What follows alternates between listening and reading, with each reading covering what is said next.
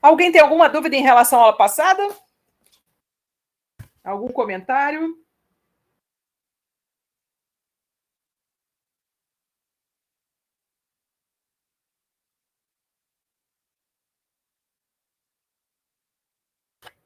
Não? Só o Erli, meu amigo químico.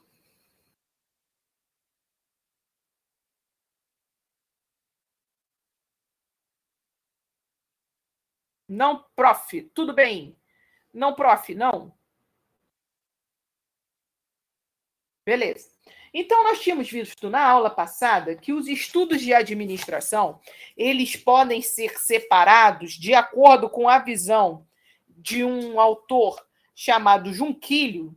Ele agrupou os estudos de administração, não de administração pública, tá?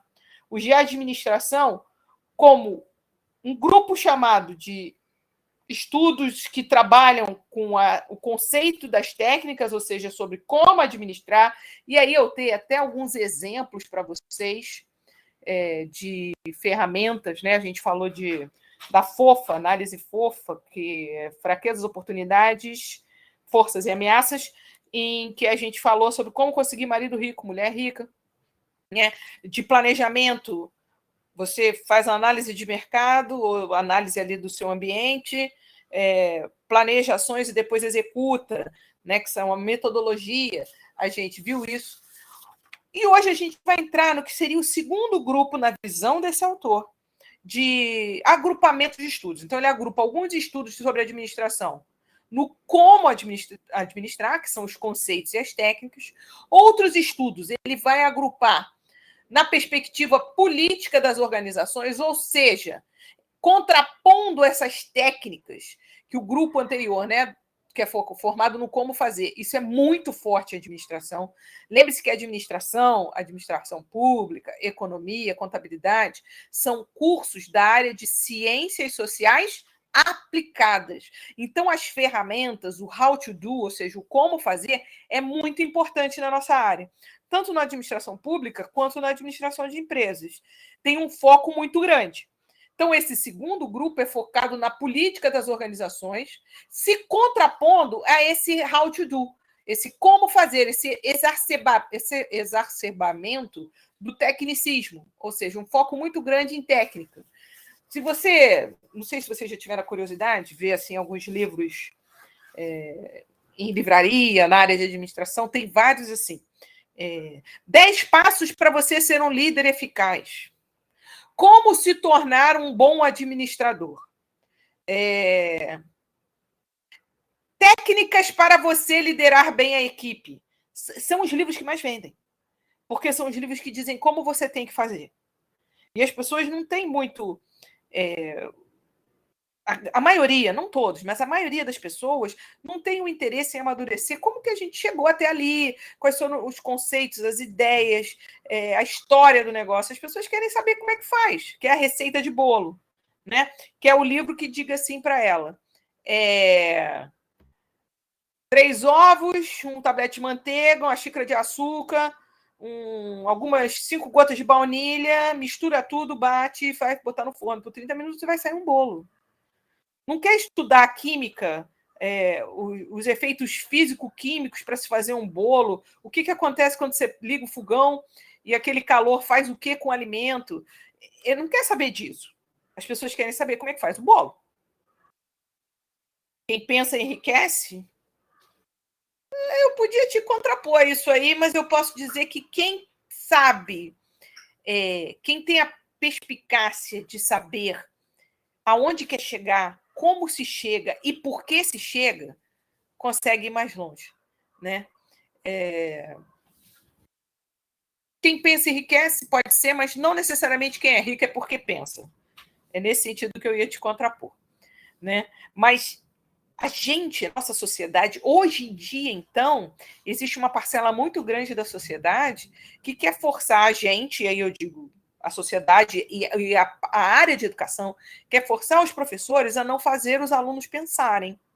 Quer forçar os professores a dizer, engole aí, o conceito de planta é esse, o conceito de invertebrado é esse, e pronto. Para que perguntar? Para que questionar?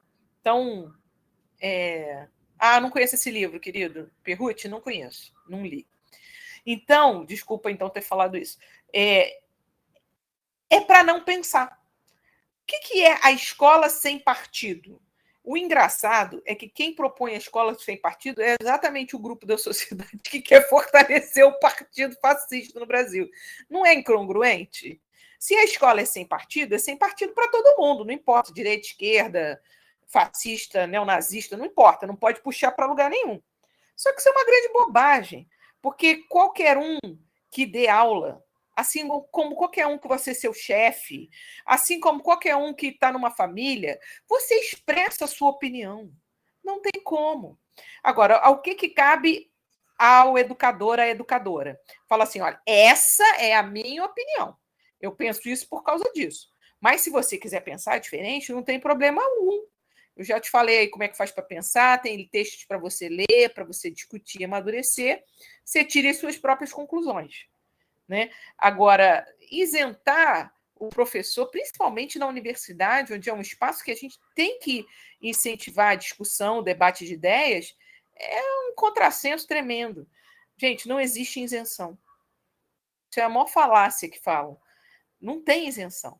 Só o fato de você escolher um determinado texto para levar para a aula já mostra um certo ponto de vista. Por que você escolheu esse e não outro? Então, não tem. Exato, como se as escolas tivessem partido e doutrina. O movimento do Escola Sem Partido é que quer estabelecer um partido e uma doutrina, que é a deles. Né? A própria. O que é o homeschooling? Os pais ensinarem os filhos dentro de casa. Por quê? Porque aí o pai e a mãe eles ensinam exatamente o que eles têm de visão de mundo. A criança não amplia. Fora que não é só o conhecimento, né? Ela não se relaciona, né? Ela não cria laços, ela não aprende a escutar não, ela não aprende a levar um fora ter que emocionalmente reagir a isso, né? Então ela não cresce nem em conhecimento, nem como pessoa. Então é um atraso que Deus me livre. Mas há pessoas que defendem isso.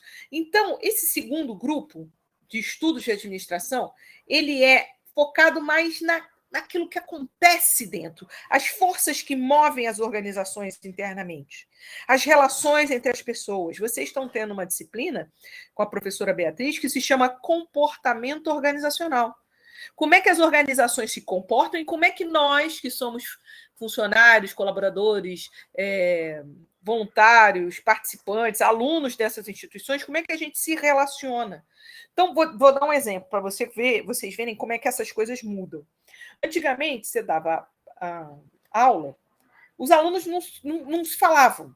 Por quê? Porque saiu da sala de aula, você não falava. Se você era amigo de um determinado aluno, você saía, ia beber, ia para o cinema, namorava, mas nunca a turma toda é amiga, né? São sempre grupos. Hoje em dia, para vocês, é muito mais fácil. Vocês têm Facebook dos alunos, vocês têm Instagram, vocês têm grupo no WhatsApp. Então, se eu falar uma coisa aqui, daqui a 5 minutos, capaz de todos os alunos do curso saberem. E a Deise falou na aula de hoje que a professora fulana de tal é a maior mala. Pronto, já acabou. Em 2 minutos, todos os alunos do curso ficam sabendo que eu acho que a professora fulana de tal é uma mala. Então, da mesma forma, as coisas evoluem nas organizações. A Rural é uma organização, as relações evoluem. Então, não precisa mais você gostar do pessoal da sua turma para contar um segredo para eles. Antes você ia contar essa fofoca para o seu grupinho. Agora põe no grupo de zap, daqui a pouco os pais de vocês sabem, se é que já não estão sabendo agora, porque estão exatamente ouvindo. Só um minutinho, gente, que eu vou fechar a porta aqui.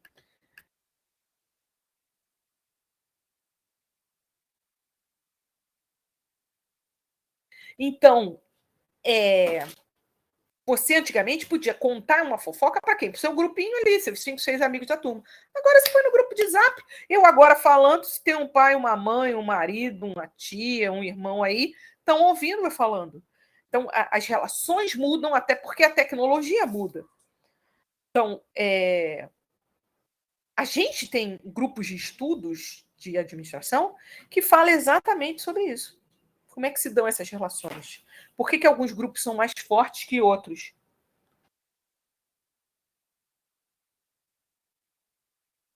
O que determina isso? Isso a gente também, vocês vão ver com a Beatriz e vão ver um pouco comigo na disciplina do período que vem, que é os fundamentos administrativos.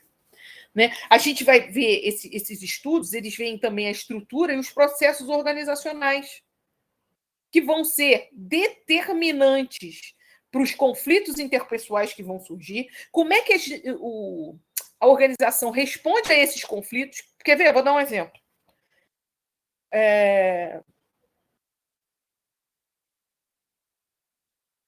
Uma fábrica de carros. Os funcionários da fábrica decidem fazer uma greve porque eles querem aumento de salário. Então, esses funcionários se reúnem, votam com o sindicato e eles vão fazer greve. Só que todo mundo sabe que não é todo mundo que vai fazer greve. O que nós que decidimos fazer greve vamos fazer com aqueles que são os chamados fura-greve? Se eles tentarem entrar na fábrica. A gente vai barrar? A gente vai deixar? A gente vai bater neles? Isso já é um conflito. Como é que a direção da fábrica vai negociar com os grevistas? Tem determinadas empresas que fazem jogo duro. Fazem jogo duro. Não negocio com o grevista. Se não voltar a trabalhar, acabou, eu corto o ponto, mando todo mundo embora. Será que esse é o melhor caminho? Não sei. Mas as organizações, elas respondem de jeito diferente. De jeitos diferentes. E a gente, como administradores públicos, no caso, a gente tem que saber como é que vai se comportar. Tem várias teorias e discussões sobre isso.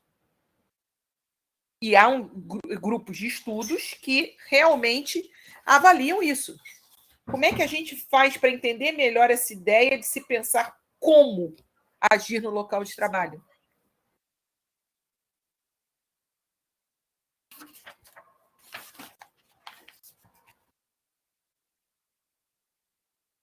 Gente, só um minuto, um acidente, só um minuto.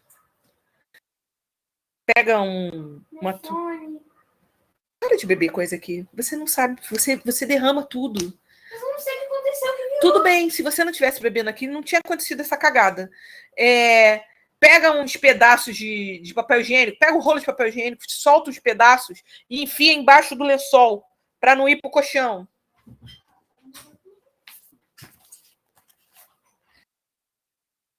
Eu pensei que eu tinha desligado o microfone e agora ligou sozinho. Realmente deve ter uma tecla de atalho aqui que eu não sei qual é, gente. Eu brigando com meu filho. Esse negócio de aula virtual é um problema sério. Mas vamos lá. É para rir mesmo, gente, porque eu canso de falar pro menino, não bebe aqui no quarto, não vem beber no quarto. Eu já sou grande. Ele bebe, derramou tudo. Sujou minha cama, o fone de ouvido, o chão, tudo de suco de uva, que é aquele que mancha mesmo, né? Vamos lá. Se eles acreditam no que estão fazendo e o pessoal está trabalhando e é eficiente no assunto, a questão é a equipe no final das contas. Erli, acho que você quis dizer...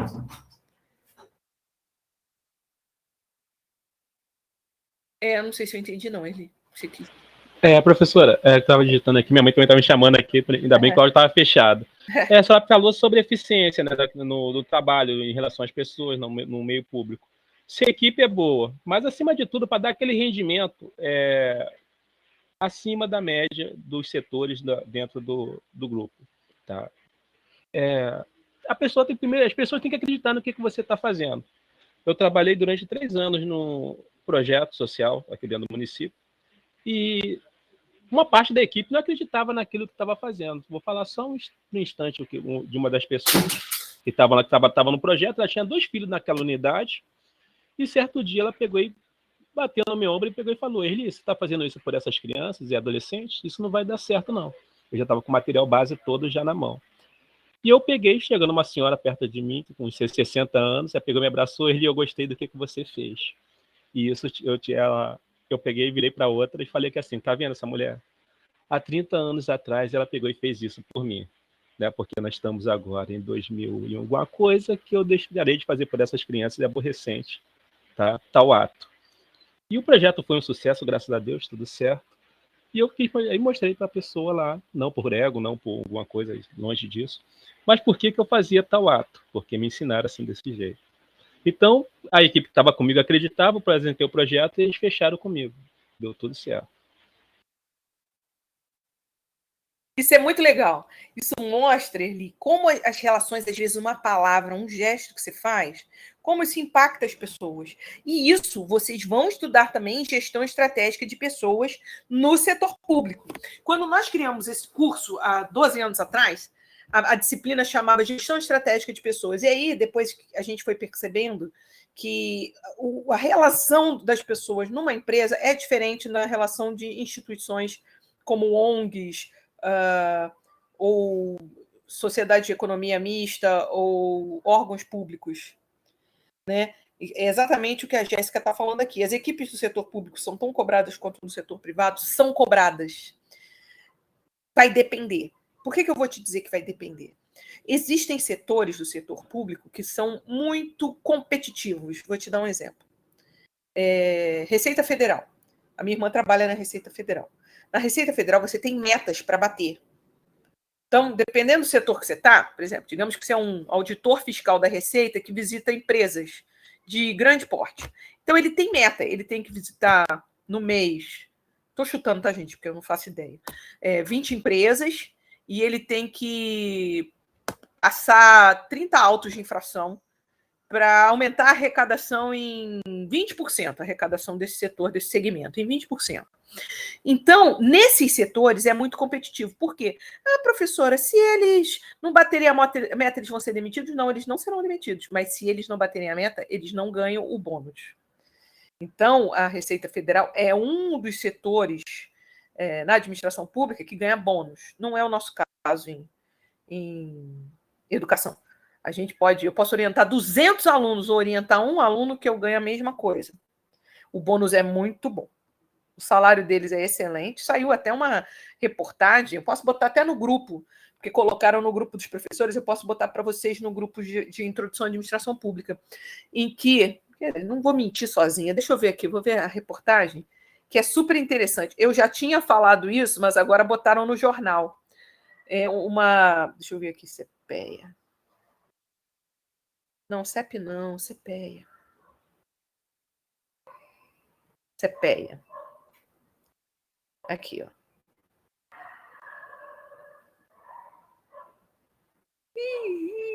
Será que não foi aqui? Mas eu vi essa notícia. Acho que droga, gente, eu vi isso. Então não foi no grupo do CPEA? Será que foi no do CEP? Vamos ver aqui. Não. A minha memória, eu sou muito boa de memória fotográfica, mas de memória o resto um desastre. Espera aí. Não, aqui CAPES. Nego bota também tanta coisa que não tem nada a ver. Gente, eu tenho certeza que eu vi isso. Eu sei até quem colocou. Foi um professor do curso de administração de empresas. Realmente, deixa para lá. Dá uma raiva quando eu não lembro. Deixa eu ver se está em carona.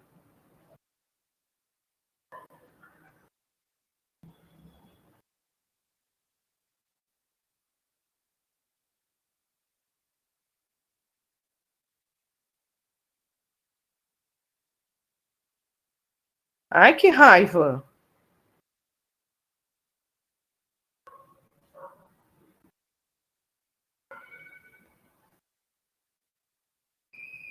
Não achei. Mas era uma notícia, depois eu procuro no Google, posso botar para vocês. Era uma notícia que dizia assim: salário inicial da Receita Federal é maior do que o topo de carreira de professor. Então, a Receita Federal, você que quer fazer um concurso, se você quer fazer um concurso bom, Banco Central, Receita Federal, a vantagem da Receita é que você pode vir trabalhar do Rio.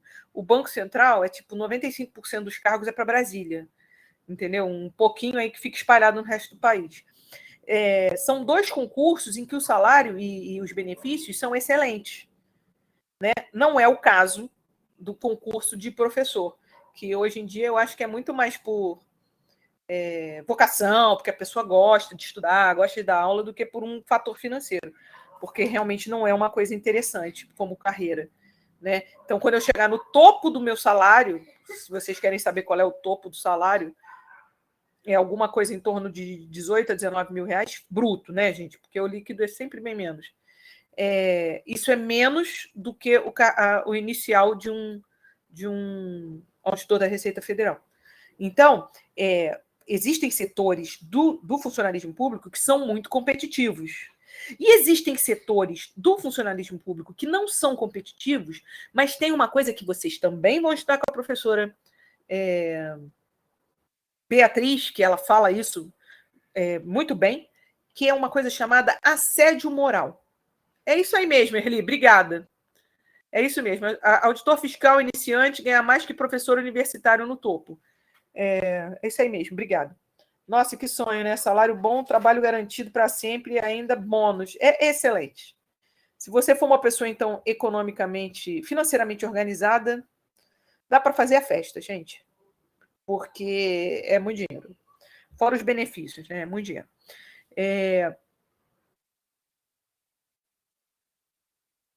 Peraí, mas eu estava falando... do assédio moral. Então,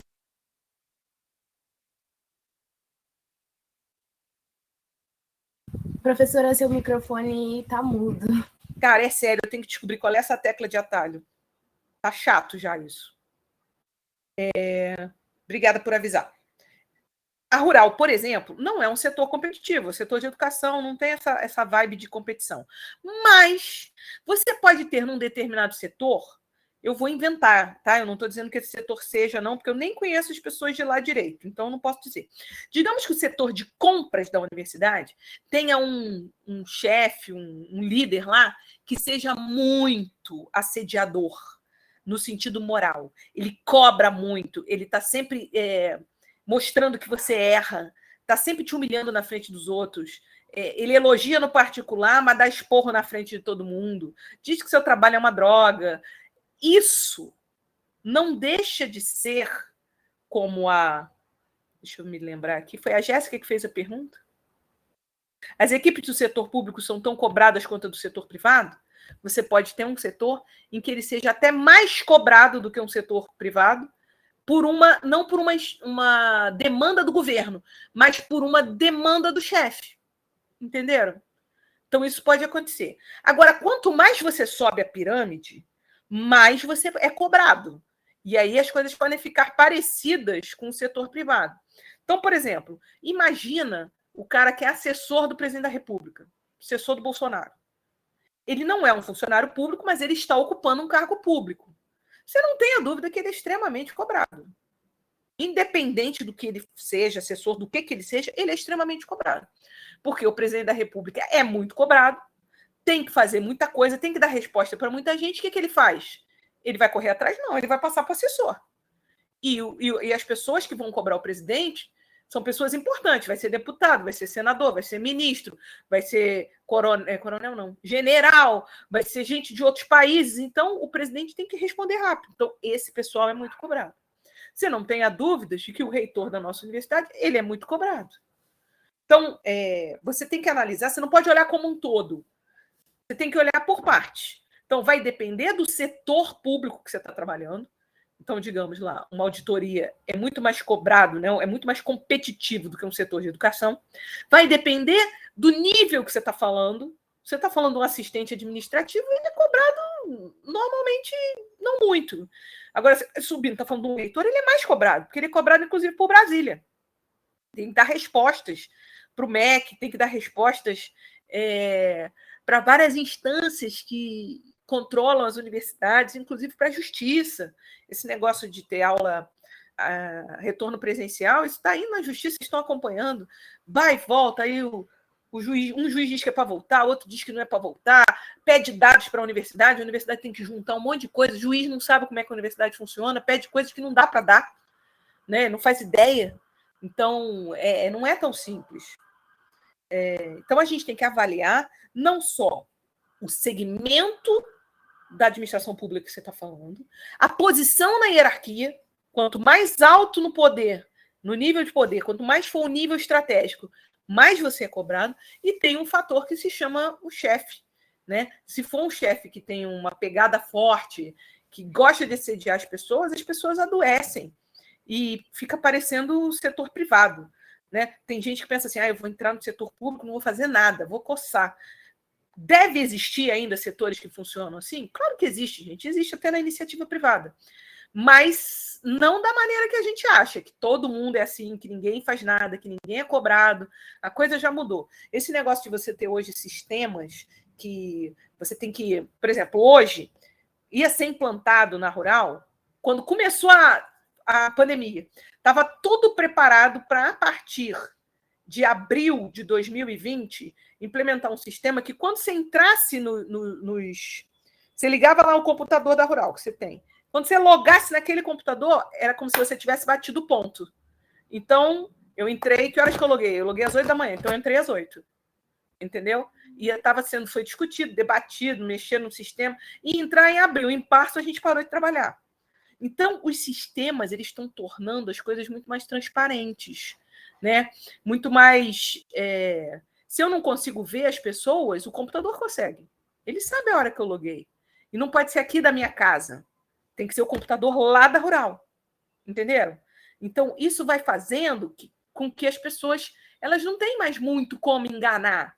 Fora que, se você pegar, e isso na Rural é muito claro, se você pegar as pessoas que entraram há menos tempo, tipo, entre 14, 12 anos para cá, tem um perfil muito diferente.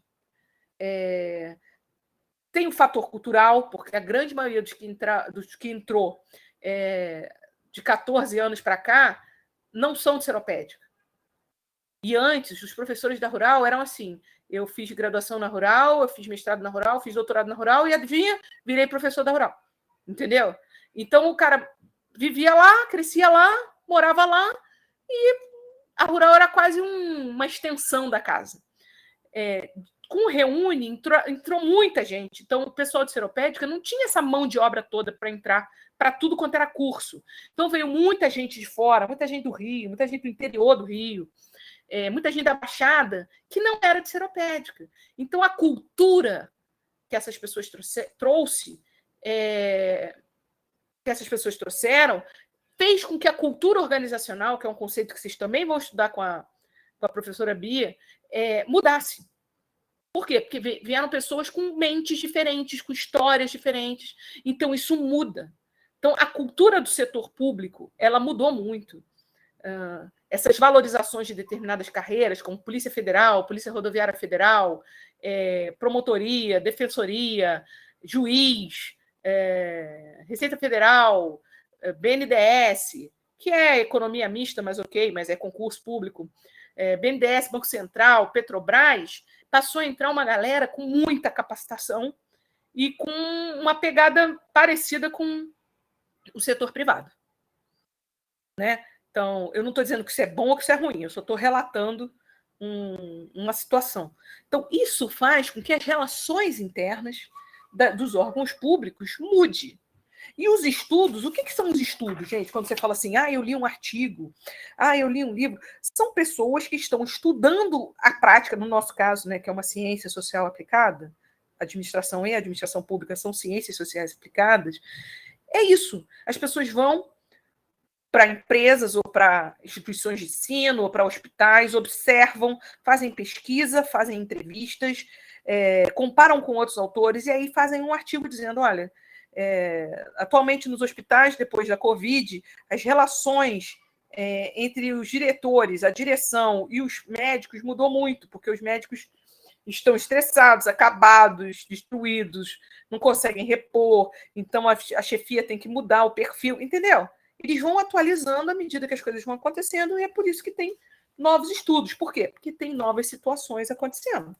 Então, essas coisas novas, elas têm que ser estudadas. Perfeito?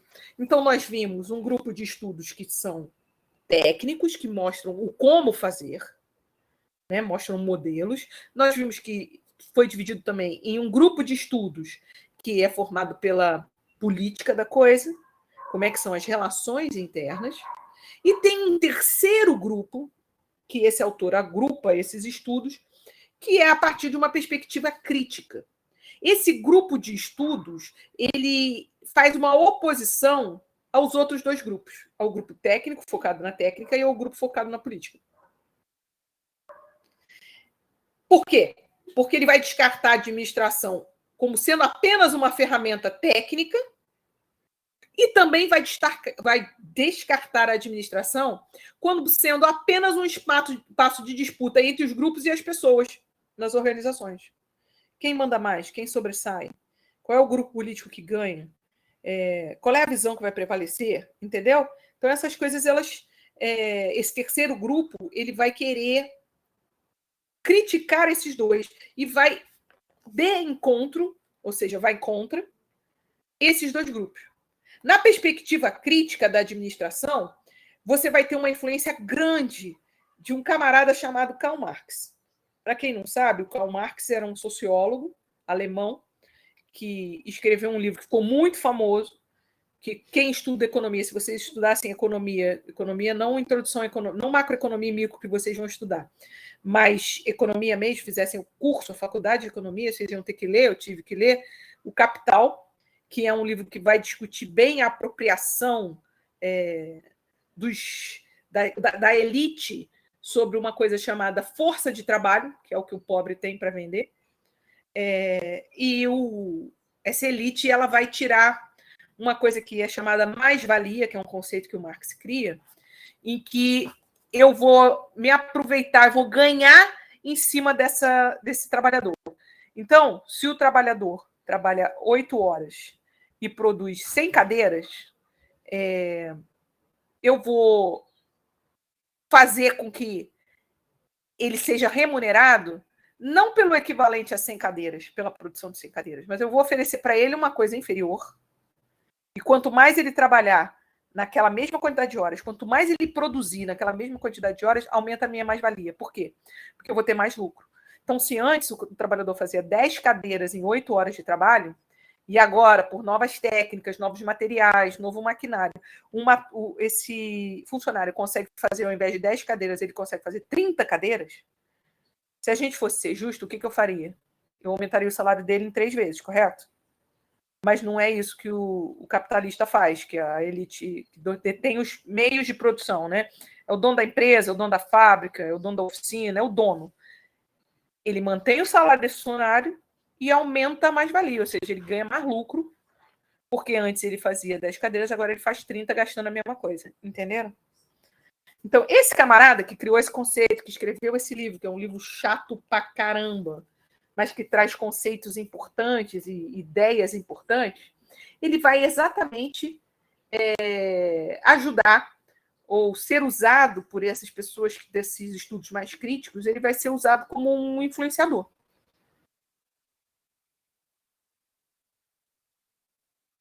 Aplicando Marx a esses estudos organizacionais, ou seja, o estudo das organizações, a gente vai ver esses estudos como um mecanismo de controle social a serviço dos interesses de quem? Dos donos, dos proprietários das organizações, dos donos dos bens privados. Então, isso é uma crítica que o Marx faz e que esse grupo que segue a perspectiva crítica usa como base. Ou seja, em vez de se dizer que a técnica é neutra, como os tecnicistas dizem, aqueles que mostram as ferramentas e os métodos de como gerenciar e administrar, ele vai mostrar que, na realidade, não tem técnica neutra. Na realidade, as técnicas elas estão a serviço de quem? Do dono, do proprietário, do capitalista, que quer o quê? Produzir mais para ganhar mais. Aumentar o meu lucro como dona. E fazer com que eu tenha o quê? Um controle sobre os funcionários das organizações. Percebem? Então, essa é uma perspectiva mais interessante. Vem por último. Primeiro você tem a técnica, depois você estuda as relações pessoais, depois você vai estudar a parte crítica, onde você vê a administração não como um meio de conseguir coisas, mas você tem que criticar os métodos, você tem que criticar as técnicas, você tem que criticar as relações pessoais, sabendo que muitas vezes essas coisas são usadas em prol de um benefício para o trabalhador, em prol de um clima organizacional melhor na instituição. Não, muitas vezes elas são utilizadas em prol do quê? De aumentar o lucro do dono. Então, a perspectiva crítica ela vem por último.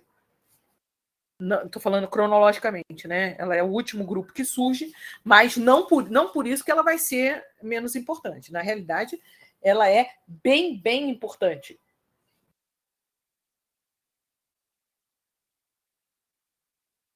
Assim, o papel da administração como fornecedora de instrumental ideológico para garantir as relações de poder se torna mais claro. Então, quando eu administro, e, por exemplo, você tem uma empresa e você tem um conselho, o que é o conselho de uma empresa? São pessoas que geralmente têm um alto saber, tem muito saber naquela área, ou em economia, ou em administração, ou em gestão de grandes empresas. Né? Eu li hoje que a Juliette foi convidada para participar da Mondial para ajudar a criar produtos novos, né? Sugerir produtos novos. Por que a Juliette? Ela é doutora em economia, administração? Não. Mas estão querendo botar uma pessoa que conhece a alma do povo. Por que a Juliette fez um grande sucesso no BBB? Porque ela as pessoas se identificaram com ela. É tipo assim, eu estou me vendo ali naquele programa, eu sou como ela é brasileira, ela sofre, ela é dura, ela passou perrengue para estudar, ela precisou de bolsa, ela mora mal pra caramba, ela não tem emprego, faz bico, entendeu? Então as pessoas se identificaram com ela. Então, esses conselhos diretores, eles são formados por pessoas doutas, ou seja, que têm um conhecimento na área que interessa para aquela empresa. No caso da Juliette, foi para a Mondial pelo conhecimento que ela tem do povo. Né? E a Mondial é uma marca mais barata que quer estar exatamente perto de quem? Das classes C, B, que são os que compram os produtos da Mondial. Então, esses conselhos são formados por esse tipo de pessoa. E, por exemplo, você pode ter no conselho de administração de uma grande empresa 2 grupos ou 3 grupos políticos. Um tem uma visão de que a empresa tem que crescer e ir para outros países, o outro tem uma visão de que a empresa tem que ficar só no Brasil, mas tem que atender mais grupos dentro do Brasil, diversificar, segmentar bastante os produtos para vender dentro do Brasil. E aí, esses 2 grupos podem entrar em conflito internamente e eles vão usar as ferramentas que forem necessárias, técnicas, metodologias, gerar conflito entre os funcionários, entre os diretores, nas relações pessoais, para que a sua visão prevaleça. Então, é isso que esse grupo, formado por estudos críticos, diz que essas ferramentas podem ser usadas não apenas para administrar a empresa, mas para impor uma visão de negócio, uma visão de um grupo político, entendeu? Como acontece na família da gente. É a mesma coisa. Sua família decidiu que vai se mudar vai sair do Leblon e vai morar no campo. Não, eu quero morar num lugar mais aprazível, vou morar em Petrópolis. Só que você é baladeiro, estuda ali em Botafogo, tá do lado, Botafogo, Leblon é pertinho, não quer ter que ir para Petrópolis, subir e descer. E aí o que você faz? A família decide, mas você se dá muito, mas muito bem com o seu pai. Você sabe que você é a filha ou o filho predileto dele. Aí você chega ali no ouvido dele, mas pai, já imaginou eu subindo a serra todo dia? Vai aumentar o risco de acidente. Se acontecer alguma coisa comigo, e o dia que chover, só viu, deu na TV, Petrópolis, se acontecer alguma coisa. Então você usa da sua influência para convencer o seu pai a não mudar para Petrópolis. Por quê? Porque é ruim para sua família? Não, porque é ruim para você. Então você quer que a sua visão prevaleça. Então você vai usar os mecanismos de conflito, de aproximação com seu pai. Você vai usar técnicas para dizer assim, olha, a gente vai gastar muito dinheiro de gasolina, e olha, só na estrada que liga Rio-Petrópolis, morreu, no ano que passou, mais de 200 pessoas em acidente. Então você vai usar o que você tiver para convencer o seu pai. Não na reunião de família, mas no cantinho. E aí o seu pai se convence, fala assim, não, minha filha, meu filho não pode passar por esse estresse, eu não tinha pensado nisso. Não, gente, vamos ficar aqui no Leblon. Entenderam? Não foi uma decisão votada, conversada entre todos, não foi isso. Foi uma coisa decidida ali, no pé do ouvido. tá? Mal comparando, é desse jeito também numa empresa. Perfeito? Vocês já viram um filme chamado Perdemos a Jéssica? Por quê? Por que a gente perdeu a Jéssica? Quando ela pegou e se referiu que ela pegou e ela queria uma área tributária, eu estava pegando e quando eu peguei e falei perdemos, que ela pegaria a administração, essa da administração pública e a administração como era isso que eu estava pegando e querendo acabar o juízo dela. Entendi. Captei. Gente, tudo que vocês trabalham na administração privada, você tem um correlato no público. Uma área que tem, mas é menos, mas tem, é a área de marketing. Tem, só que em setores específicos, né? Na área de planejamento, você tem pessoas que têm que entender de marketing para pedir para as empresas de publicidade fazerem as campanhas, ou na própria EBC, a Empresa Brasileira de Comunicação, são específicos, mas tem. Tudo tem o seu correlato, tá? Vocês já viram um filme? Esqueci de dizer, Jane. É Jane ou é Jéssica que está com a mãe, que a mãe está tendo filho agora, lá no hospital? Eu li Jane, mas eu não. Mas quem é Jane com J?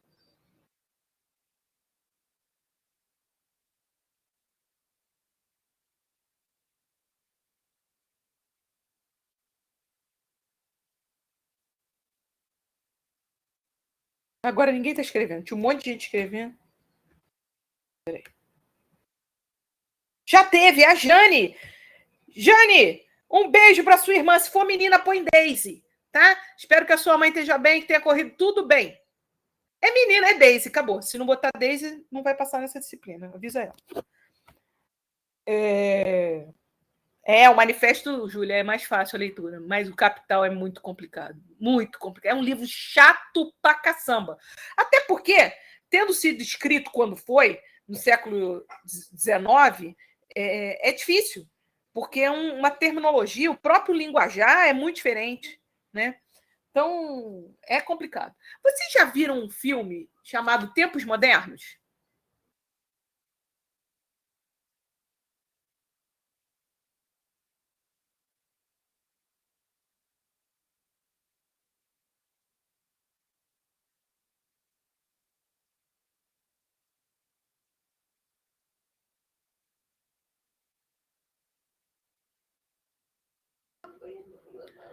Viram ou não viram? Já? Já? Todo mundo viu? Eu ia passar aqui para vocês. Então, se vocês viram, deixa para lá. Vou só comentar. Quando vocês veem Tempos Modernos, você nunca viu, Juliano? Agora 4. Gostei. É bom que vocês têm bom humor. Eu gosto de gente bem-humorada. Deixa eu só fazer uma paradinha aqui. Eu, na outra turma, carregar a apresentação, compartilhar vídeo.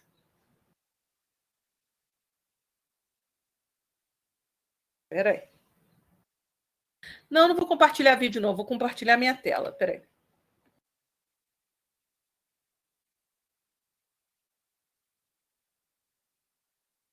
Tela.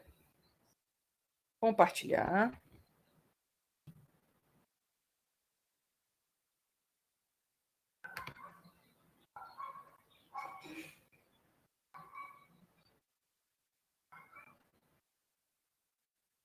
Pronto.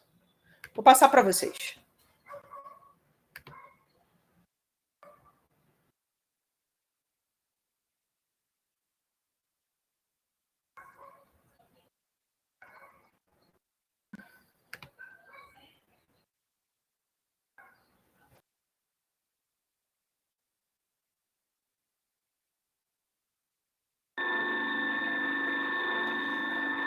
Vocês estão vendo? Alguém pode abrir o microfone e falar se está vendo? Sim. Valeu. Sim. Esse aí é o dono da empresa, ou se não é o dono, é o diretor. Ele está sentado numa mesa e vai observar os funcionários. Ó.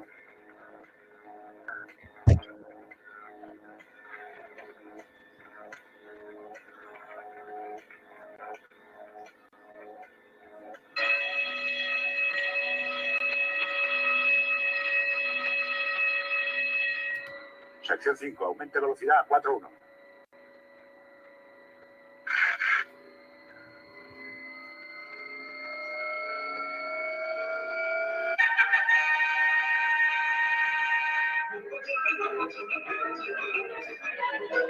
Atención, capataz. Acuda al banco 5. Compruebe el ritmo de producción. La cadena va con retraso, banco 5. Atención, capataz.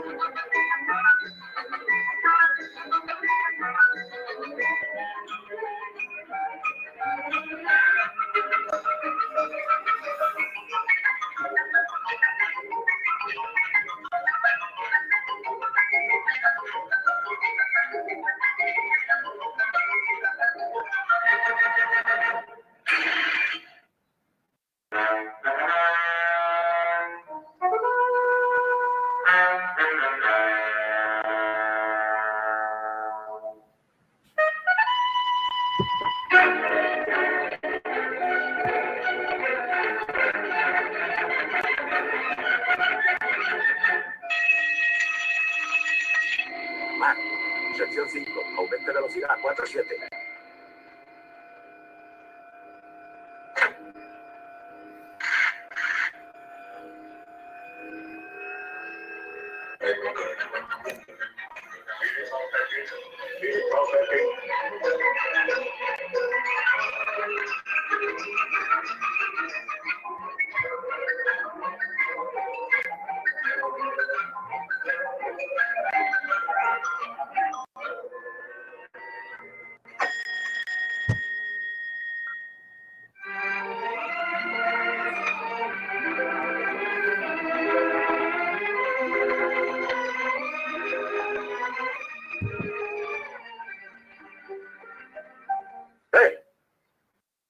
No pierdas tiempo. Vuelve al trabajo.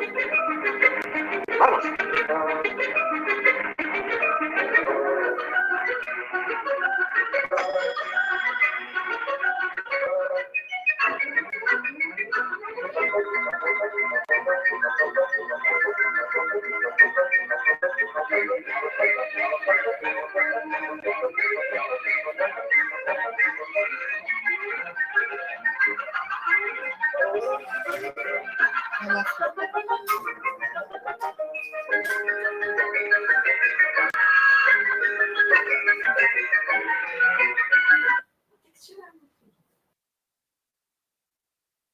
Pronto, vocês viram? Esse... Ah, viu, Júlia? Vocês ficam achando que só eu? Isso acontece. Então, vocês viram que nesse filme ele chama Tempos Modernos, por quê? Porque isso aí você está falando no início do século, né? O filme ainda era cinema mudo, né? E o artesão, que era aquele que fazia os produtos quase sob encomenda, né? Que fazia a cadeira, a mesa, uma caldeira, seja lá o que for, ele fazia por cada parte, ele dominava o processo produtivo. Ele fazia o braço da cadeira, ele fazia a perna da cadeira, ele fazia o encosto da cadeira, depois ele colava tudo, botava prego e vendia. Nos tempos modernos, isso não acontece. O processo produtivo ele passa a ser automatizado, industrializado. Então, o artesão, nesse caso aí, aqueles funcionários, o que ele faz? Ele não domina mais o processo produtivo, ele faz uma coisinha. No caso do Chaplin, o que ele fazia? Ele apertava a porca. Tinha um cara do lado dele, batendo lá, não sei se era um prego, o que era, que ele batia lá num pedaço de uma ferramenta que vai fazer parte de uma outra coisa maior. Então, e ele faz o quê? Totalmente automatizado. Ele não pensa. O funcionário, o trabalhador, ele para de pensar. O que ele tem que fazer? Ele tem que automaticamente ir apertando aquela porca sem pensar. Ele não está sendo convidado a contribuir nesse processo produtivo. Ele tem que fazer o que tem que fazer e pronto, e acabou. E ele está sendo monitorado 100% do tempo pelo chefe, pelo dono, que não deixa nem ele ir no banheiro. É claro que aquilo é um filme, é um exagero, né? Mas não deixa de ser hoje em dia. Nós vamos procurar aqui, eu vou ler para vocês. Aqui, ó. Funcionária faz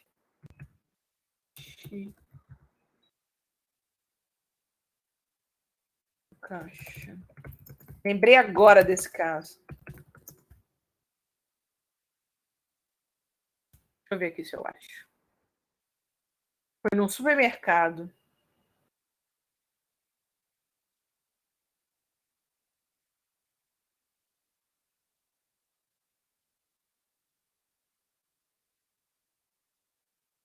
Ai, meu pai, claro que eu não vou conseguir.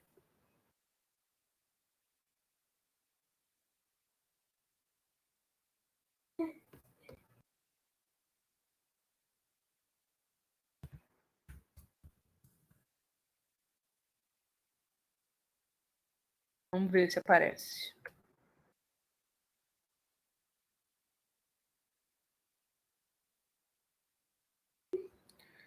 Aqui, ó. Notícia.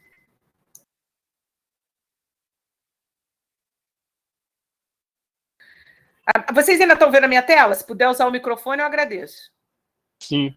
Então, olha lá, ó. Funcionária com infecção urinária é impedida de usar o banheiro e ganha ação contra a empresa. Supervisor repreendeu a autora por realizar uma pausa para utilizar o banheiro sanitário 5 minutos antes do intervalo entre a jornada, chegando a dizer que 5 minutos a mais não teria problema, ou seja, 5 minutos a mais para ela esperar para fazer o xixi.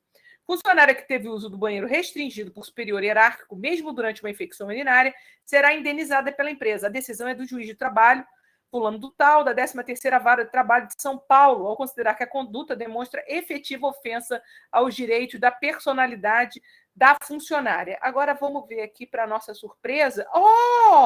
É uma notícia de 2021. Tá vendo? Você está falando de uma coisa que num filme, no início do século passado, ali por volta de entre 15 e 20, né, 1920, entre 1915 e 1920, em que o funcionário não pode ir no banheiro, no caso ele estava fumando no intervalo dele, mas o chefe não deixou, mandou ele voltar, e a gente está vendo que a mesma coisa acontece agora em 2021. Ou seja, não mudou tanto, né? Essa questão que a gente estudou aqui na parte crítica, de querer controlar o funcionário, continua acontecendo nos dias de hoje. Olha que absurdo. Isso é uma coisa que a administração tem que estudar e tem que criticar. Percebem a importância do nosso estudo? Ainda bem que ela ganhou o ganho de causa. Tem um caso que eu estava procurando, que era uma caixa de supermercado, que ela pediu não sei quantas vezes para ir no banheiro e o chefe não deixou, a chefe não deixou, e ela se urinou na frente de todo mundo e as pessoas ficaram gozando ela, rindo dela. Porque ela não ficou toda suja, né? Professora, Oi, querida. eu posso contar uma experiência minha? Claro! Agora, no final do ano, eu fiz uma espécie de extra Natal, né? E eu trabalhei ali no Shopping Madureira, na Brasil Cacau. Não trabalhem lá, gente, em nome de Jesus. E eu trabalhava mais de 9 horas por dia e eu não podia, e eu não tinha almoço, não. Eu ficava o dia inteiro lá trabalhando, pior do que o Charlie Chaplin, né? Porque eu não podia quase nem ir no banheiro e ela ficava me cobrando absurdamente o trabalho, a demanda, ela me mandava fazer absolutamente tudo. E isso acontece muito em shopping. Agora você entende, Bianca, por que ela que faz isso? Exatamente por aquilo que o Marx chamou de mais-valia. Porque quanto mais tempo você ficar ali dentro da loja trabalhando, mais você vai vender. Vai aumentar o seu salário? Não. Não vai aumentar o seu salário. Mas vai aumentar o lucro da dona da loja. Entendeu? E também teve um dia que o menino, ele trabalhou, porque eu não estava mais aguentando, professora, eu já estava num estado assim, a menina já estava coerente, estava indo no psicólogo para poder tomar antidepressivo, porque ela pressionava muita gente, sabe? E ela falou que ela queria bater a meta de 300 mil na loja, e ela falou que a gente tinha que bater essa meta de todas as formas. Aí o menino ficou trabalhando de 7 da manhã até 10 da noite, sem almoço, sem nada, para no outro dia ele ir trabalhar também. Caraca, pode passar mal. Um funcionário nem rende assim. Por isso, gente, que é necessário que o Estado, e aí entra a nossa parte, o Estado intervenha com leis que seja o mediador entre o funcionário e o dono, o capitalista, né? O Marx chama de capitalista, gente, aquele que é dono dos meios de produção, tá? Por isso que eu estou falando capitalista. Ou ele é dono da empresa, ou ele é dono do negócio. Pode ser uma carrocinha de cachorro-quente. Se ele é o dono, ele é o capitalista, porque ele é dono dos bens de produção. Então, você acha, Jéssica, que isso é um absurdo, mas acontece e muito. Então, por exemplo, quando teve essa reforma trabalhista, na época do governo Temer, teve a reforma trabalhista, o que foi dito? Nós precisamos fazer a reforma trabalhista para que o funcionário negocie junto com o patrão, né? Seja uma negociação direta que vai ser muito melhor. Qual é o poder de barganha que você, vendedora da Cacau Brasil, tem com a dona daquela loja? Se você não fizer o que ela quer, ela manda você embora e tem uma fila ali de uns 10, 15 querendo entrar na tua vaga. Professora, tinha um detalhe que eu falei assim, cara, eu acho que ela faz isso de propósito. Porque ela fazia um contrato de 45 dias. Para você ficar 45 dias trabalhando pra caramba e depois ela te demitir. Porque lá, nesses 45 dias que eu fiquei, ela demitiu mais de 5 pessoas. Porque as pessoas não aguentavam ficar uma semana no trabalho. E você sabe por que ela faz isso? Com certeza, porque ela quer lucrar absurdamente gastando pouco com funcionário. Exatamente, porque quando você manda no contrato, no período de experiência dos 45 dias, você não tem que pagar nenhum direito trabalhista. Então, ela nunca ia pagar direito trabalhista de ninguém. Entenderam? Então, eu não estou querendo dizer com isso, gente, por favor, que todo empresário é mau, quer explorar o trabalhador, que todo dono de loja é um capitalista safado, que tem 2 chifrinhos na cabeça. Não é isso que eu estou falando, tá? Mas você tem que pensar que existe uma ponta fraca nisso. Ainda mais num país como o nosso, que tem muito desempregado e pouco emprego, quem é dono da empresa, quem oferece o lugar para contratar, tem um poder muito grande. Faz sentido, né? Então, Jéssica, eu não sei se essa moça era gerente ou era dona, mas se for a gerente, com certeza ela faz isso com a anuência do dono. Tá? Porque não tem como. O dono ou a dona é que vai cantar essa... Professora, ela era dona. Era dona. Era dona. Então, gente, é importante que vocês tenham na cabeça que o papel da administração pública, do poder público, é sempre equilibrar as coisas. Ou porque, no caso, saúde e educação, porque muita gente não tem acesso à saúde e educação, então a gente tem que oferecer serviço público.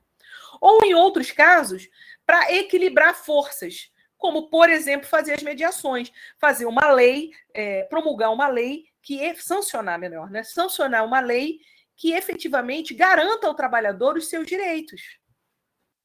Né? Não precisa ser tudo pró-trabalhador, como, por exemplo, a gente tem a Justiça do Trabalho, se de repente uma empregada doméstica diz que trabalhava 15 horas por dia, o juiz dá, mas também não pode ser tudo o patrão. Tem que ser uma mediação que garanta o direito de todos. Né? Você vê casos, passa no Fantástico, gente, passa no Jornal Nacional, de pessoas que hoje em dia estão sendo libertadas de trabalho escravo. Gente que vai para uma sai do Nordeste, vai trabalhar numa fazenda de cana no interior de Goiás e chega lá, o cara bota para dormir num galpão sem cama, dorme no chão, a água é do poço, não tem comida, o cara trabalha 10, 15 horas por dia direto e no final do mês ganha R$100. não tem nem como comprar, confisca documento, né? Não tem nem como comprar passagem de volta. Passou isso essa semana passada, querida. Essa emprego escravo.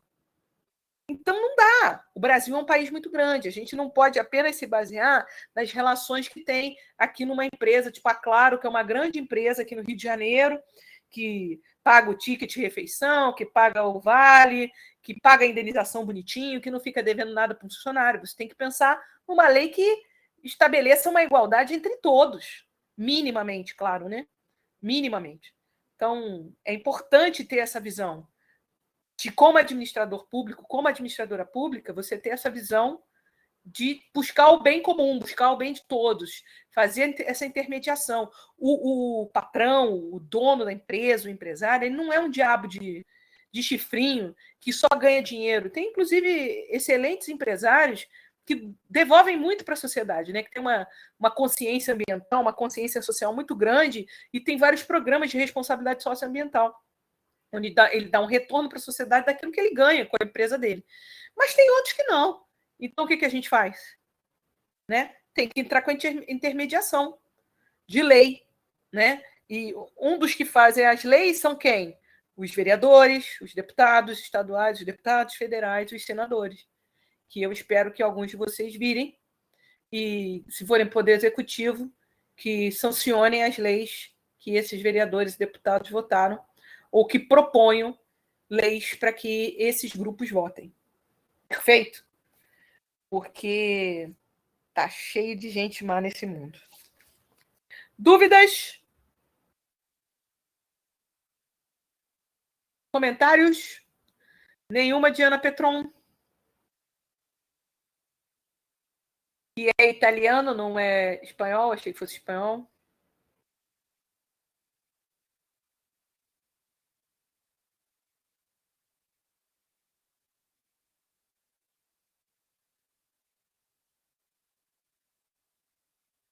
Beleza. Então, vamos seguir adiante. Só por curiosidade, eu não lembro mais quem falou que o Manifesto Comunista é mais fácil de ler, Manifesto do Partido Comunista, que Marx escreveu junto com Engels, é de 1848. Por ser um manifesto, ele tem uma linguagem um pouco mais clara, né? Porque queria manifestar para o povo. Mas o Capital realmente... Deixa eu ver aqui só se eu gosto dessas curiosidades. Deixa eu ver aqui se eu vejo uma coisa aqui.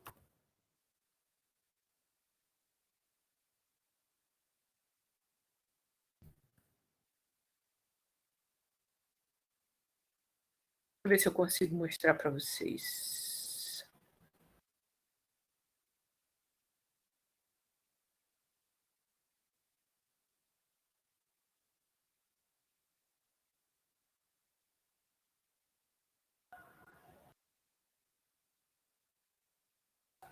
Vamos lá. Vamos ler um trechinho para vocês verem que eu não estou mentindo. Ih, falou que eu podia baixar, mas não pode baixar.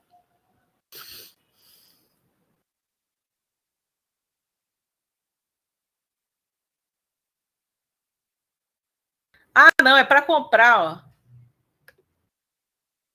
Lá fui eu acreditando que era.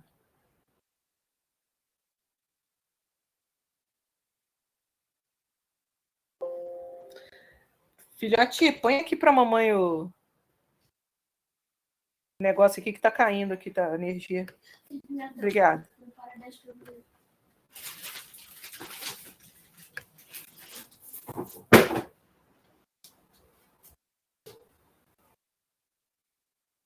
Ih, tudo tem que pagar, gente. Pô, um livro que já está em domínio público. Oi. Deise. Oi. Eu acho que eu te mandei o link, dá uma olhadinha. Você, onde? No celular ou aqui no... Não, no chat. Valeu. Domínio público. Ih.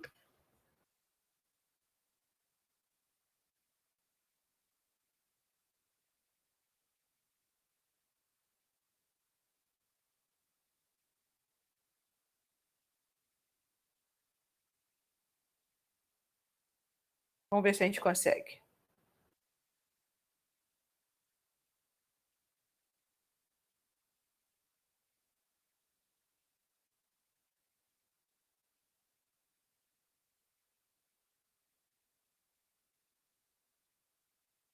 Mandou bem. Vamos lá. Ver esse texto maneiro. Ó.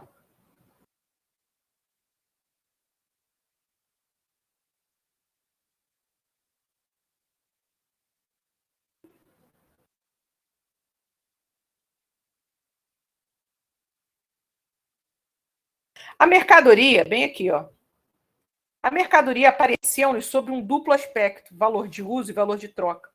Vimos em seguida que todas as características que qualificam o trabalho enquanto produtor de valores de uso desaparecem quando ele se exprime no valor propriamente dito. Esse duplo caráter do trabalho, consubstanciado na mercadoria, foi posto em relevo pela primeira vez por mim. Como a economia política gira à volta desse ponto, precisamos analisá-lo mais detalhadamente. O fator é um valor de uso que satisfaz uma necessidade particular, resulta em um gênero particular de atividade produtiva, determinado pelo seu fim, modo de operação, objeto, meios e resultados. Entenderam alguma coisa?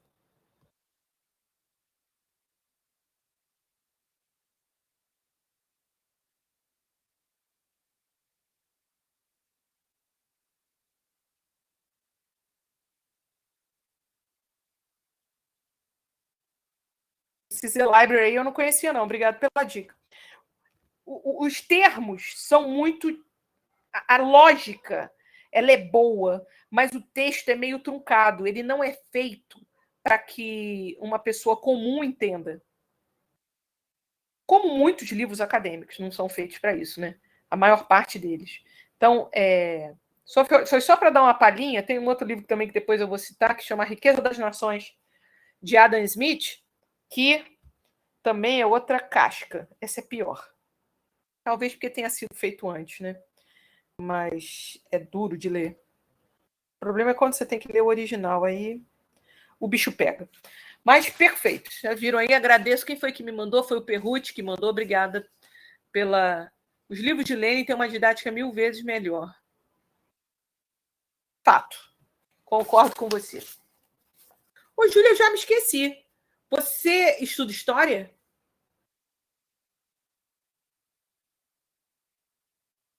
Porque tem alguém aqui que estuda ou já é formado em história.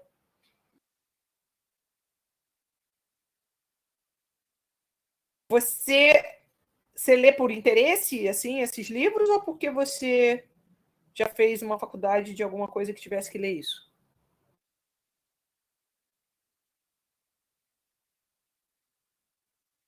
Como eu não vejo os rostos, eu não consigo ligar o nome à pessoa ou aos fatos.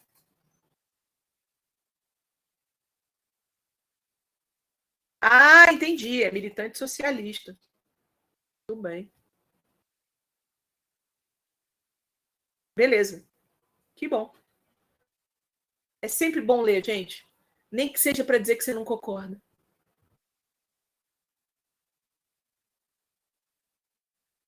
Perfeito? Então, se não temos dúvidas e entendemos isso, nós vamos ver o seguinte.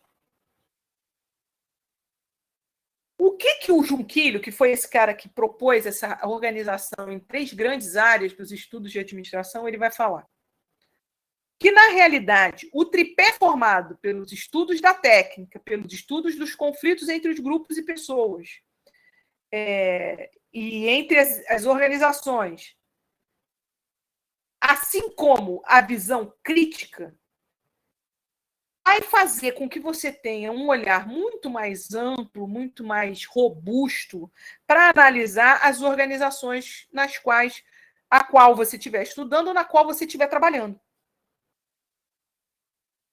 Por quê? Porque você vai conseguir agir a partir de 3 pontos de vista diferentes. Então, você vai ver situações complementares. Essa é a melhor palavra. Você vai ver situações complementares. Você precisa de uma alternativa que incorpore de forma integrada esse tripé na sua ideia de gestão. Ou seja, você tem que prestar atenção no ferramental técnico, incluindo aí as estruturas, as tecnologias, os procedimentos operacionais. Você tem que prestar atenção nos conflitos interpessoais e grupais, e daí todas as coisas que decorrem disso, como as possíveis formas de ação e de interesse dos membros da organização, por um nível mais amplo de conflito na sociedade, ou advindo de diferentes instâncias. Ou seja, o caminho para a gente compreender a administração como uma prática social capaz de integrar isso é olhar pelos 3 ângulos, usando os dilemas colocados por Marx, a visão crítica colocada por Marx e também por Engels. Perfeito? Agora, o que seria prática social?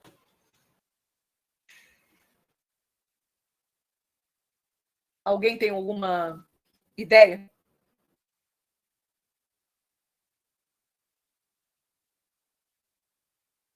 Cri, cri, cri, cri. Ninguém?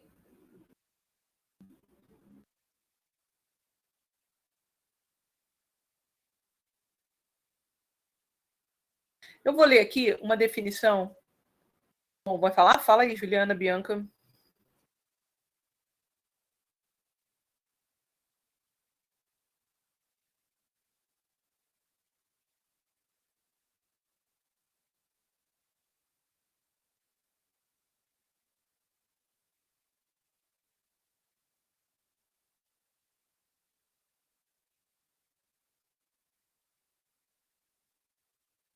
Se quiser, gente, pega o microfone que vai mais rápido.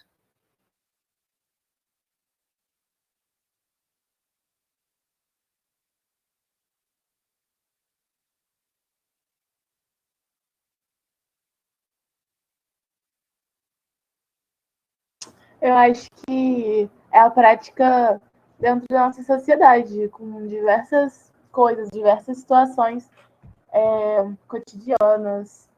Acho que é isso. Sei. Sim, é isso. E a gente pode ampliar um pouquinho mais. Aquilo que você usar como procedimento, como método, como técnica, usado pelos atores sociais. Quem são os atores sociais, gente? Somos nós. Os cidadãos, os empresários, os funcionários, os que legislam, os que executam a lei, né, os fiscais. Esses são os atores sociais. Quando eles usam, nós, ou seja, nós, todos nós, né, todos os atores sociais usam procedimentos, usamos procedimentos, métodos, técnicas da forma apropriada, isso serve de base para a gente formar, a gente tomar consciência de que nós temos o poder de ação. Quando o funcionário, né, o empregado, ele toma consciência de que ele também tem meios para fazer valer os seus direitos, isso é uma prática social. Quando o empresário toma consciência de que ele tem meios para fazer aumentar a produção, porque no fundo é o que todo empresário quer, ele quer ganhar dinheiro. Alguns querem ganhar demais, outros não têm tanto, mas todo mundo quer ganhar dinheiro, quer ter lucro. Isso é uma prática social. Quando o governo age com o seu papel de usar, aplicar leis, sancionar leis, criar programas, políticas públicas para ajudar o trabalhador ou a mãe trabalhadora, por exemplo, para que a mãe possa trabalhar, oferece um serviço de creche integral, porque a mãe não vai poder levar um bebê de 1 ano para o trabalho, então ela tem que deixar em algum lugar. Se ela não tem dinheiro para pagar uma babá, o que é muito provável, então ela tem que ter um suporte do governo para deixar em algum lugar essa criança.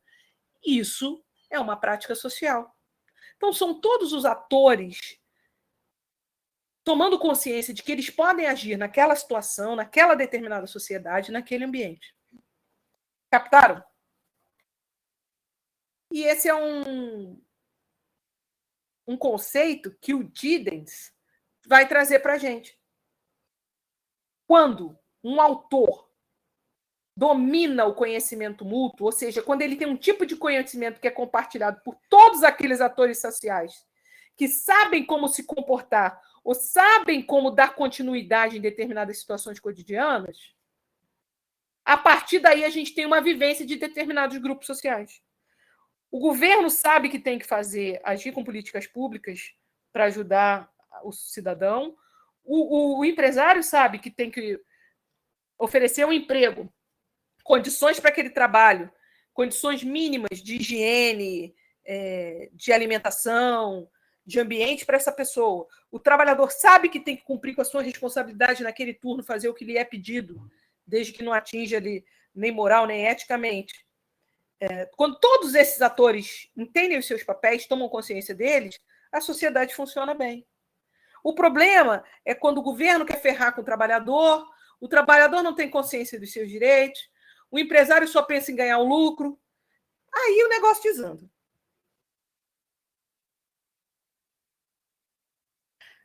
Como diz aqui o Giddens, ele fala o seguinte: a noção de prática social envolve nossas ações diárias, baseadas no conhecimento de sabermos como fazer as coisas de um determinado modo, aceito e legitimado no grupo social em que vivemos.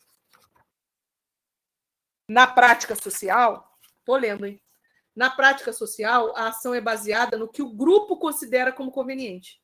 Esse conhecimento não se refere àquele obtido na escola, mas sim àquele que vem do nosso conhecimento prático das coisas diárias, da forma como nos portamos cotidianamente, sem termos de explicar o porquê de agirmos de tal maneira. Agimos simplesmente porque agimos. O fato de pertencermos a um dado grupo social nos habilita a sabermos como agir nas diversas situações sociais.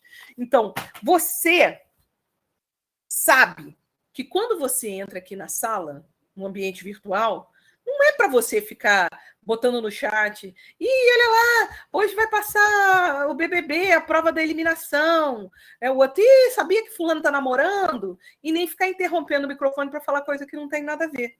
E eu sei que eu tenho que chegar aqui e respeitar vocês, eu não posso falar, mas que pergunta burra, idiota.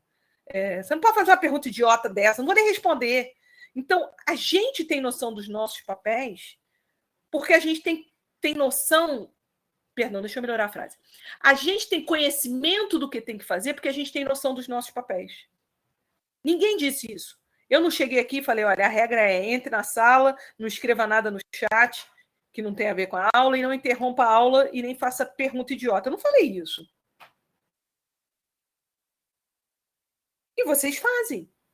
Por quê? Porque vocês têm plena noção do papel social de vocês como aluno.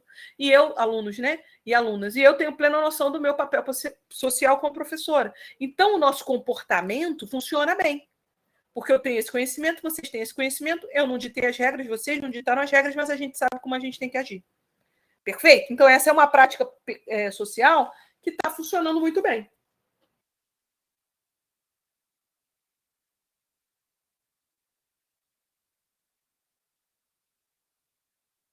A gente cresce ouvindo as pessoas dizerem fulano está usando roupa de domingo.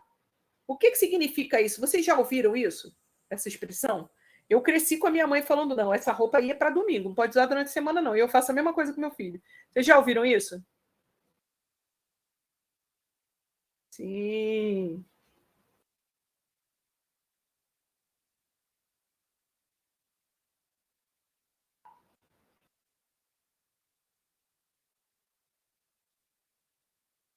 Muita gente aprendeu essa expressão porque domingo é um dia de ir para a igreja. Muita gente é acostumada à igreja, separa a melhor roupa, né, para se apresentar bem. É isso aí, a roupa boa de sair. Para se apresentar bem na igreja, ou se você costuma ir na festa sábado, no baile, sei lá o que for, você tem essa prática. Você pratica isso sem se questionar. Você automaticamente sabe que é isso. Você vai separar a melhor roupa para aquele dia da semana que você precisa estar mais bem vestido. E você também, quando fala isso, aí essa é a roupa de domingo, você já entende automaticamente que isso é a melhor roupa para você usar. Esses conceitos estão introjetados dentro da gente. A gente não para nem para pensar ou para questionar. Entenderam? Então, essas práticas sociais, muitas vezes, a gente traz com a gente.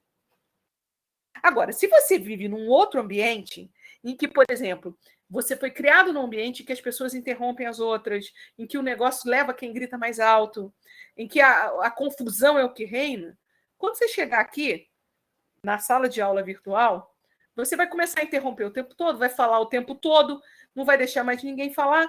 Por quê? Porque a prática social que está introjetada em você é outra. E aí você reproduz ela no ambiente que você tiver. Você aprendeu no meio da sua família, você faz isso no meio da sua família, mas o ambiente que você for, o trabalho, a sala de aula, você vai reproduzir essa prática social sem nem parar para pensar. Até que alguém chegue para você e fale assim, meu fulano, por favor, né? A aula não é só para você, você fala o tempo todo, a professora não consegue dar aula, você tem que entender que não é assim que funciona, entendeu? Por quê? Porque você simplesmente está reproduzindo a prática social que ensinaram para você que é o certo. Está introjetado, vai ser mais difícil para você se adaptar a uma outra situação. Captaram? Então a gente faz coisas sem nem se questionar. Porque faz sentido. A gente tem práticas sociais que fazem sentido. Por exemplo, uma prática social que muita gente não tinha, eu já tinha, mas muita gente não tinha e passou a adotar com a Covid, você chega em casa, na porta da sua casa, você já tira o sapato e entra. Alguém teve que explicar para você que era para você fazer isso para não levar micróbio nem o vírus para casa. Mas provavelmente você tem uma criança pequena em casa, tipo 2, 3 anos, ela já está fazendo isso e nem sabe por quê. Ela faz.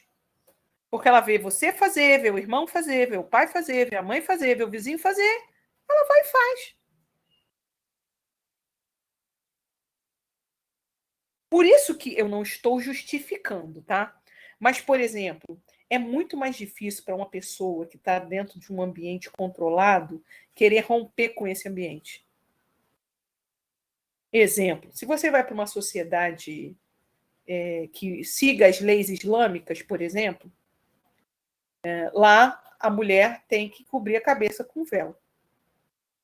A gente, quando vê uma pessoa coberta, uma mulher com a cabeça com véu, fala, meu Deus, que absurdo, um calor do inferno. Como é que ela está com isso? Isso é um absurdo, né? O Rihab que fala. Mas aquela mulher, ela cresceu vendo a mãe usar, a tia usar, a avó usar, a irmã mais velha usar. Muitas vezes ela não vai parar para questionar. Até que chega uma que para, pensa, tem uma visão mais crítica e fala, mas por que eu tenho que usar?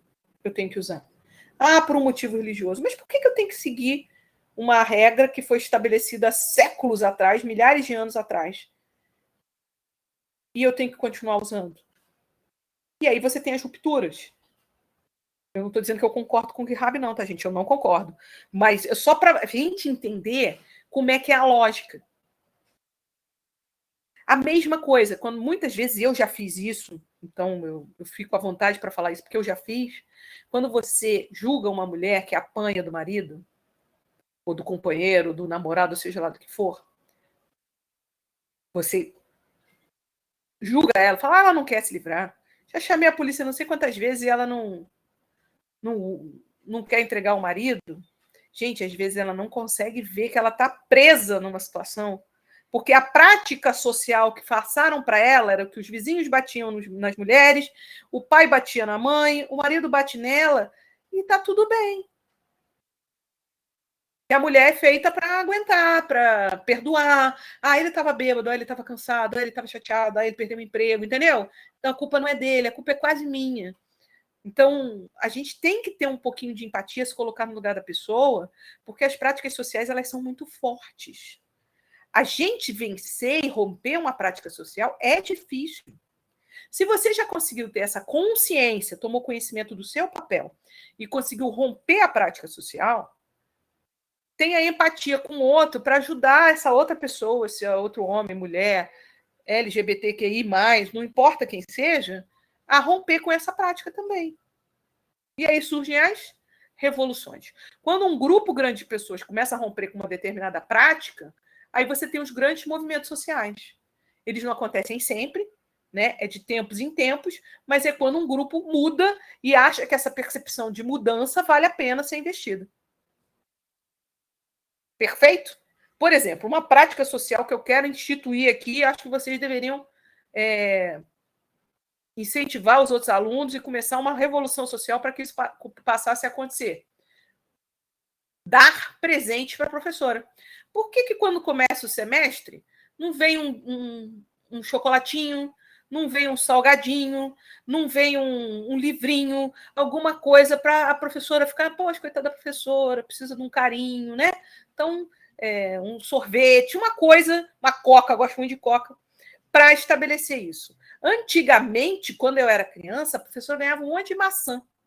A gente ia, entregava maçã para a professora, Páscoa entregava, ovinho de Páscoa, agora perderam esse negócio, entendeu? Então, Lucas, anotei seu nome, no presencial você vai cumprir, né? Então, beleza. Já entreguei muito presente para a professora. Hoje em dia, a professora leva cadeirada na cabeça. Já entregou maçã, Juliana? Caraca! Eu já entreguei muita coisa. Hoje em dia, mudou. Eu também não concordo, gente, com dia 7 a gente te entrega. O que vai acontecer dia 7? O retorno presencial. Beleza. Eu também não vou dizer que essa prática seja...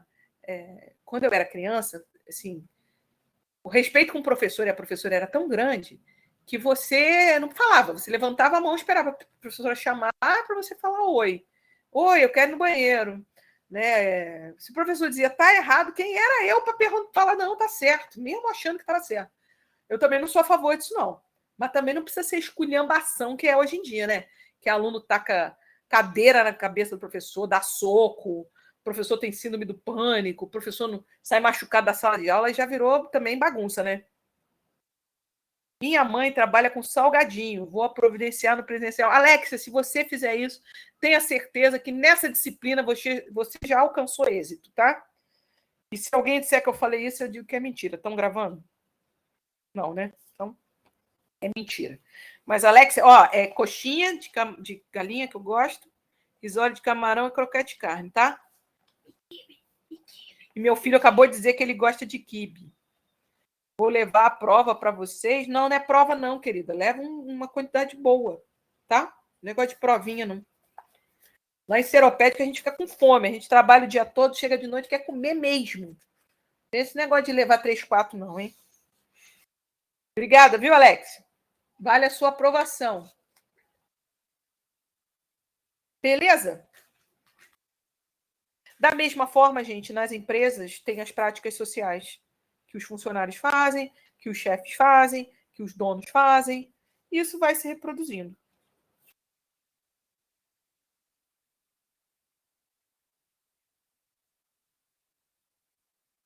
Com isso, nós terminamos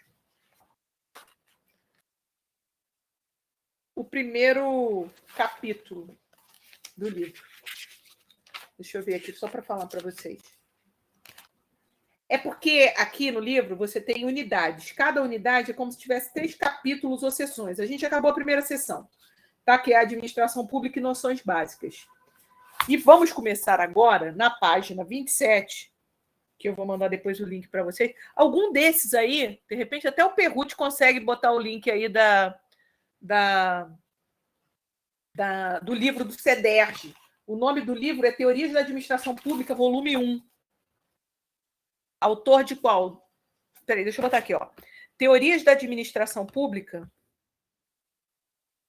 Administração Pública. Volume 1. Do CEDERJ. Tá? Até tem autores, mas eles nem aparecem na capa, porque essas apostilas foram feitas e foram dadas para o governo, né? O governo pagou um valor para que essas pessoas fizessem. Deixa eu ver aqui. Autor do conteúdo, o Gelson Junquilho.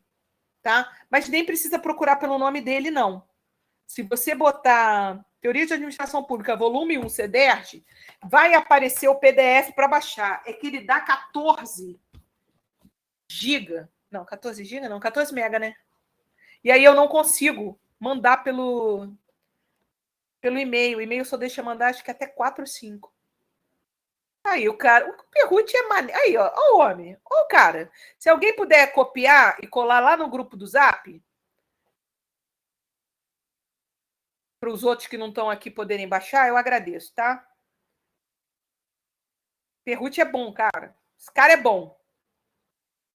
Ô, Perruti, se der, mostra aí sua cara na câmera. Abre aí para o pessoal ver a cara da inteligência e da velocidade. Se der, né? Se tiver num ambiente que não der para abrir, se tiver cabelo despenteado, tá tudo bem.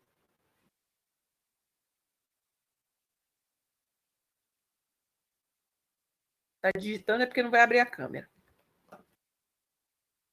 Estou no Note. E o que tem uma coisa a ver com a outra? No notebook? Ih, professor, acho que a gente se esquivou, hein? Também Mas, acho. poxa, todo domingo eu vejo esse figura, então não adianta. É mesmo? Todo domingo? Todo domingo. Vai com a melhor roupa? Graças a Deus por isso. Vai com a roupa Vai, de domingo? vai com roupa de domingo, professor. Depois vai você bonito, me dá a garoto. ficha completa do camarada.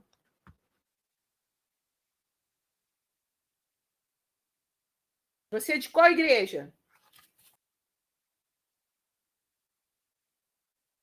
Hein, Erli? Qual a igreja sua? Batista, professor. Mas aquela Batista, a primeira Batista de Seropédica? Exatamente. Grande. Peru te comanda lá. É mesmo? Você conhece o Anderson Santos? Que é funcionário dali do ICSA, também é da Batista. Sim, exatamente. O Anderson é de lá. Muito bem, toca violino. Grande aluno do nosso curso, muito bom. Já se formou, já está no mestrado, excelente. Mas se você não for da Batista, gente, também tá tudo bem, tá? Só perguntei por perguntar, tá valendo tudo aqui. E se você tiver uma mãe que faz salgadinho, aí você tem um futuro brilhante aqui. Nesse curso. Não é nem nessa disciplina, é nesse curso. E Peruche e a galera que vai vir para a Seropédica tem um jantar aqui na minha casa já, professora. Já está marcado esse jantar já. Tem uma galerinha para pegar e vir para cá, sim. Eu mandar a foto para a senhora, para deixar. Opa! Maravilha! Beleza. Então, agora nós vamos ver. Ó, o Perruti se esquivou mesmo, tá no notebook, vai dizer que não tem câmera, mas tá bom. Nós vamos ver como é que a gente pode entender. Obrigada, hein, Perruti, por ter mandado lá no grupo. Como é que a gente pode entender a administração pública, principalmente a administração pública no Brasil?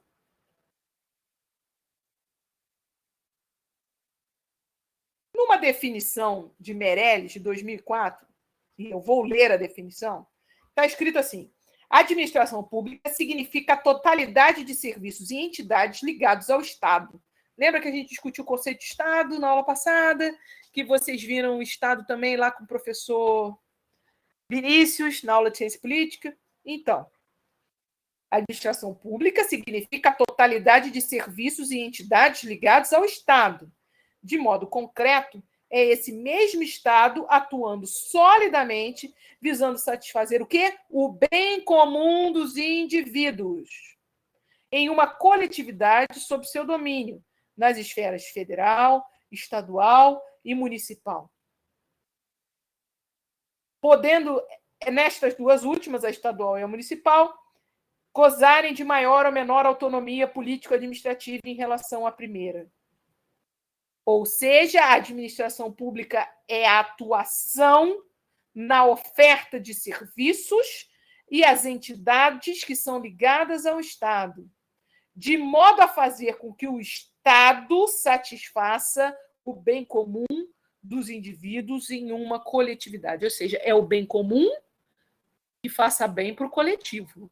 Então, eu não posso atender uma demanda de um determinado cidadão se isso não vai fazer bem para o coletivo. Como, por exemplo, é uma pegadinha, uma coisa para você pensar, mas, recentemente, a Justiça Brasileira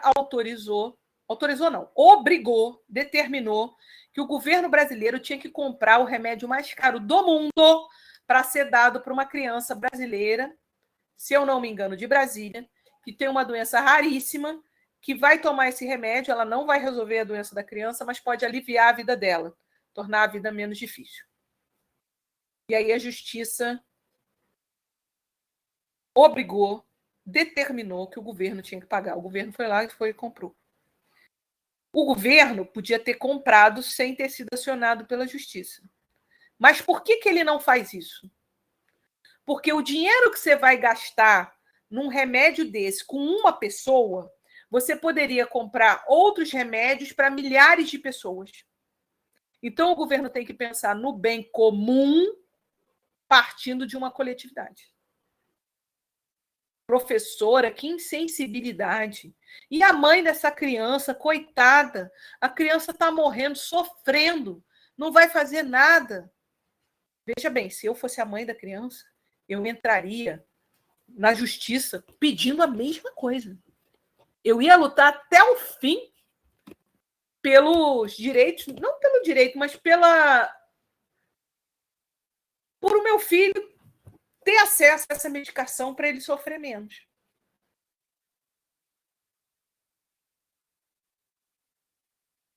Captaram? Agora, o que é certo? Eu não queria ser o juiz dessa situação. Porque é óbvio que quando você pega uma situação de uma criança que está sofrendo, é claro que você quer ajudar. Mas quando você vive num país com recursos limitados, o que é certo? Eu salvar a vida de milhares de crianças com um medicamento ou a de uma criança com um medicamento? Difícil, gente, é difícil. Mas são coisas que um administrador público tem que pensar. Então, o bem comum, o bem do indivíduo, mas partindo de uma coletividade. Daí a importância da gente ter pesquisas, ter dados, como os dados do censo, como os dados do PNAD, como os dados do DIEESE. Quanto mais dados o governo tem, melhor ele consegue, mais ele consegue elaborar políticas públicas que atendam às necessidades que foram identificadas nessas pesquisas. Por exemplo, eu não sei se vocês leram, saiu também essa semana no jornal, que o censo que vai ser feito esse ano, em 2022, ele vai incluir pela primeira vez as moradias que a gente considera como submoradias. As pessoas que moram na palafita, que moram embaixo do... Como é que é o nome? Do viaduto ali, com um pedaço de papelão, um pedaço de telha, de amianto, para fazer um cantinho. O cara que mora dentro do carro, que mora dentro de um ônibus, como passou aí também na televisão. Essa semana também passou isso. Ou vai passar hoje, acho que vai passar hoje, sobre essas moradias, assim, que são as submoradias. Vai passar a contar. Por quê? Porque quando você não conta essas pessoas, não conta essa situação, você não faz políticas públicas para esse grupo, concorda? Eles não existem. Eles não estão nos dados. Não tem como eu fazer política pública para eles. A partir do momento em que o Estado reconhece que essa situação existe e quantifica isso, é possível propor políticas públicas que minimizem a situação deste grupo que se encontra nessa situação. Bem comum para essas pessoas dentro de uma coletividade. A coletividade daqueles que são os sem moradia. Sem moradia digna, né? Porque uma moradia eles têm. Morar embaixo da ponte é morar. Tem que ser feita alguma coisa para essas pessoas. Essas pessoas não podem simplesmente não constar. Entendem como isso é importante? Como alguém lá em cima, alguém que estuda, alguém que estudou administração pública, que estudou economia, alguém que senta lá e fala assim, não, a gente tem que passar a contar as moradias, as submoradias. Essas que a gente passa por cima, que não vai recenseador nenhum lá. Porque senão a situação dessas pessoas não vai mudar. Não a partir do governo, elas vão depender ou de um esforço sobre-humano de uma pessoa sozinha conseguir sair de uma situação de rua, que é dificílimo, ou de iniciativas de igrejas, de ONGs, de pessoas que ajudem, que é muito bom que esses grupos façam isso. Mas o Estado não pode deixar se furtar de fazer o seu papel. Concorda? Importantíssimo. Comentários, dúvidas, reclamações?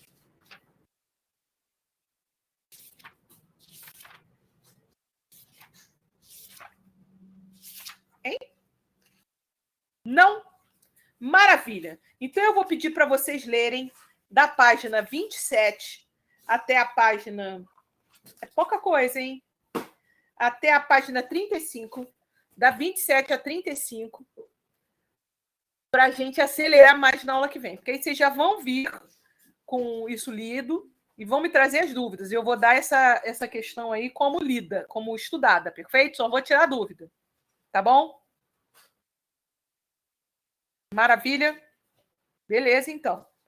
Dito isto, nós nos encontraremos na próxima terça-feira, no mesmo bate-local, no mesmo bate-horário, com esse material lido. Queria agradecer imensamente ao meu amigo Perruti pelo auxílio tecnológico. Queria agradecer imensamente a minha aluna predileta, Alexia, pelo futuro fornecimento de carboidratos.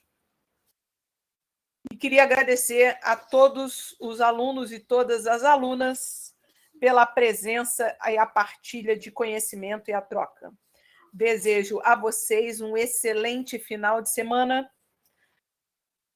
Usem a roupa boa, a roupa de domingo, ou no sábado ou no domingo, de acordo com o seu interesse. E usem máscara. Um forte abraço. Um beijo no coração. Mandem um beijo para a Jane. Jane, dá um beijo na Deizinha, sua irmã nova. Boa noite. Boa noite. O microfone está ligado. Vão com Deus. Baby Daisy, gostei. Baby Daisy, é isso aí. Valeu, Júlia. Baby Daisy. Tchau, Raquel. Tchau, Erli. Tudo de bom, Tamares. Boa noite, Rayane. Boa noite, Yasmin. Boa noite, Júlia. Boa noite, Lívia. Tchau, Alexia. Tchau, João Pedro. Forte abraço. Xing-san.